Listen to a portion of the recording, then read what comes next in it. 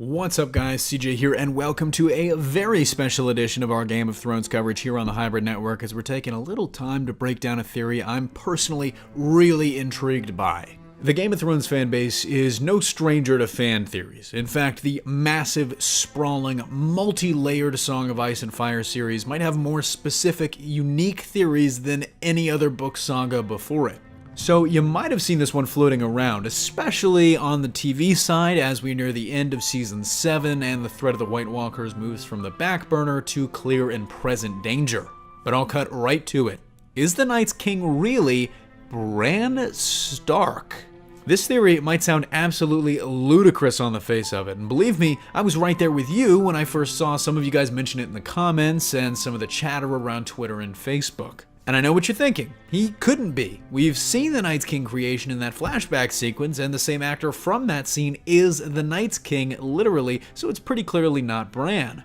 But as is the case with all fan theories, the answer is not nearly that simple. And this one in particular is especially complicated because of one thing and one thing only: Bran's ability to travel back in time with his visions and actually affect the past by warging into people and animals. No matter what Bran does or how powerful he is, time seems to exist in a closed loop in the world of Ice and Fire, and so Bran really can't change anything no matter what he does. Everything that has happened will always happen. Or in the words of the Three-Eyed Raven, the past is already written, the ink is dry. We also know that there's a consequence for Bran staying in the past too long. On two separate occasions, the Three-Eyed Raven mentions this, saying first, "It is beautiful beneath the sea, but if you stay too long, you drown," and later, literally I think in the next episode, "Stay too long where you don't belong, and you will never return." We've never seen the consequences of that firsthand though, despite it being mentioned several times by the Three-Eyed Raven and also by Jojen Reed. Diving right into the meat of the theory though, this one presupposes that essentially the White Walkers will break through the wall next episode or early next season and will wreak havoc on Westeros with no sign of stopping, making it as far south as King's Landing. In the wake of all this death and destruction, and despite his attempts to remain aloof as the Three-Eyed Raven, Bran feels like he's got to do something to try and stop this threat, and so he goes back in time. First, he goes back through his visions to before the Great War, to the reign of Aerys II, to try and get him to prepare the realm better for the coming of the army of the dead by whispering to him, as he did with Ned, but more slowly but surely. These whispers do cause Aerys to begin stockpiling wildfire, but they also are what ultimately drive the Mad King mad and cause events to proceed basically as planned, and so Bran's journey back basically just results in the same future happening. Once again, going back to the ink is dry. Next, Bran travels all the way back to the original War for the Dawn to try and figure out how the army of the dead was turned back the first time, or even just stop the Night's King there once and for all. But unfortunately, he fails again, although he does succeed in making true another prophecy.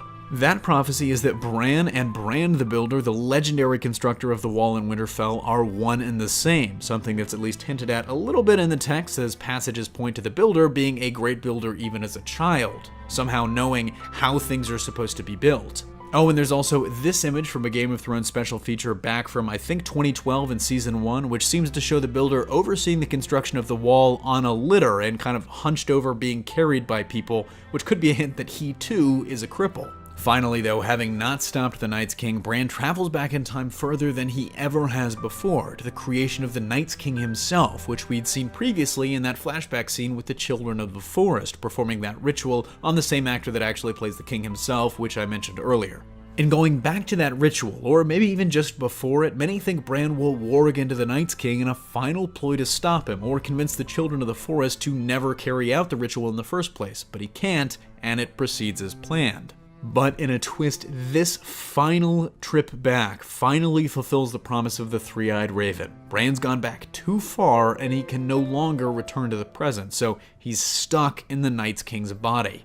Enraged at the children for failing to listen to him, he breaks their control and the War for the Dawn begins, doomed to fail, and Bran's doomed to be stuck beyond the wall for thousands of years. But the biggest piece of the puzzle might have been hiding in the books all along, as in the very first book, Old Nan tells Bran the story of the Night's King and says she heard a version where the Night's King was a Stark, brother of the king in the north, and named Bran. There's a little more evidence for this theory throughout the series. I mean, the outfit Bran wears in all of his visions is weirdly kind of similar to the Night's King's clothing, and in Season 6, Bran awakes from that vision of the first ritual in the exact same position as the Night's King when he got stabbed.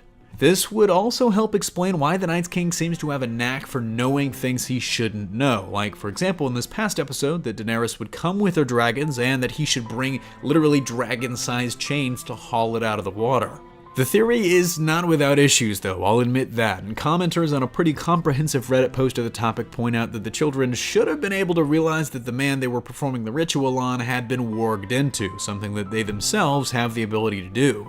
The Mad King bit is also pretty loosely supported, as the Targaryens had a history of mental illness, but I think personally it's a pretty neat little touch. So let me know if you buy into this theory in the comment section down below, and for more information check out the link in the description. That's a really in-depth Reddit post from user Turmoil26 breaking down a lot of these points in further detail than I could in this video.